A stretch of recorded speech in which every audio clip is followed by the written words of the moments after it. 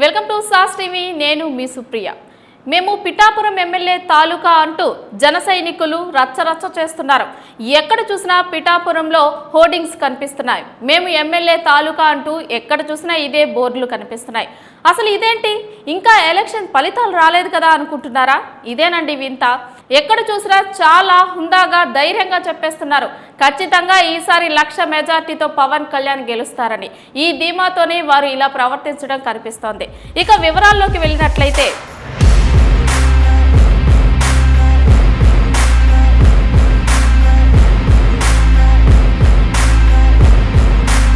జనసేన అధినేత పవన్ కళ్యాణ్ పిఠాపురం నుంచి పోటీ చేస్తున్నట్లు ప్రకటించినప్పుడే గెలిచారని, ఇక ఫలితాలు వచ్చి అధికారిక ప్రకటనే ఆలస్యమైందన్నది జనసేన కార్యకర్తలు, మెగా అభిమానులు, టీడీపీ, బీజేపీ శ్రేణులు చెబుతున్న మాట. అంతేకాదుండై తక్కువలో తక్కువ 1,00,000 మెజార్టీ వస్తుందని కూడా స్థానిక నేతలు కొందరు చెబుతున్నారు. ఇక తన సీటు త్యాగం చేసిన వర్మ అయితే ఏ ఇంటర్వ్యూలో చూసినా అబ్బో ఆ ఎలివేషన్స్ కు హద్దు పద్దు అసలు లేకుండా పోతోంది. ఆలు లేదు సూలు లేదు, కొడుకు పేరు సోమలింగం అనే సామెత అందరికీ గుర్తుండే ఉంటుంది కదా.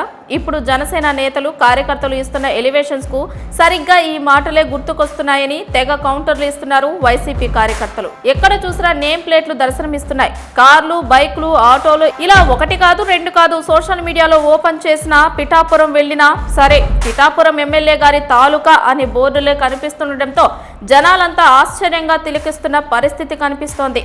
నెట్టింట్లో కనిపిస్తున్న ఈ ఫోటోలపై బాబోయ్ ఏ రేంజ్లో పంచులు, సెటైర్లు పేలుతున్నాయో మాటల్లో అస్సలు చెప్పలేం.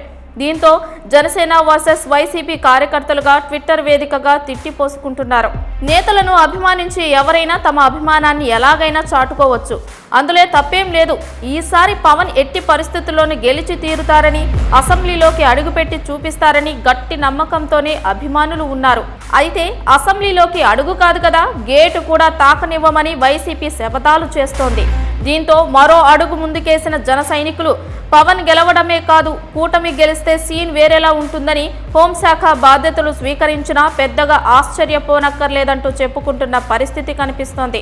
ఒకవేళ పవన్ కళ్యాణ్ గెలవకపోతే పిఠాపురం ఎమ్మెల్యే గారి తాలూకా ఏం చేసుకుంటారనే ప్రశ్నకు సైతం సమాధానాలు వస్తున్నాయి. మీరు ఒక ఆకు తింటే మేమేం తక్కువ, 4 ఆకులు తిన్నామంటూ జనసేనకు వ్యతిరేకంగా వైసీపీ కార్యకర్తలు కూడా డిప్యూటీ సీఎం వంగా గీత అంటూ హోర్డింగ్స్ తో హల్చల్ చేస్తున్నారు.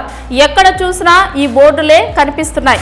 ఇక వాళ్ళ కార్లపై, బైక్లపై కూడా డిప్యూటీ సీఎం వంగా గీత అంటూ స్టిక్కర్లు కనిపిస్తున్నాయి. ఇలా ఒకరిపై ఒకరు పోటీ పడుతున్నారు. ఇక వీరిద్దరిలో విజయం ఎవరిని వరిస్తుందా అన్నది 4వ తేదీ వరకు వేచి చూడాల్సిందే.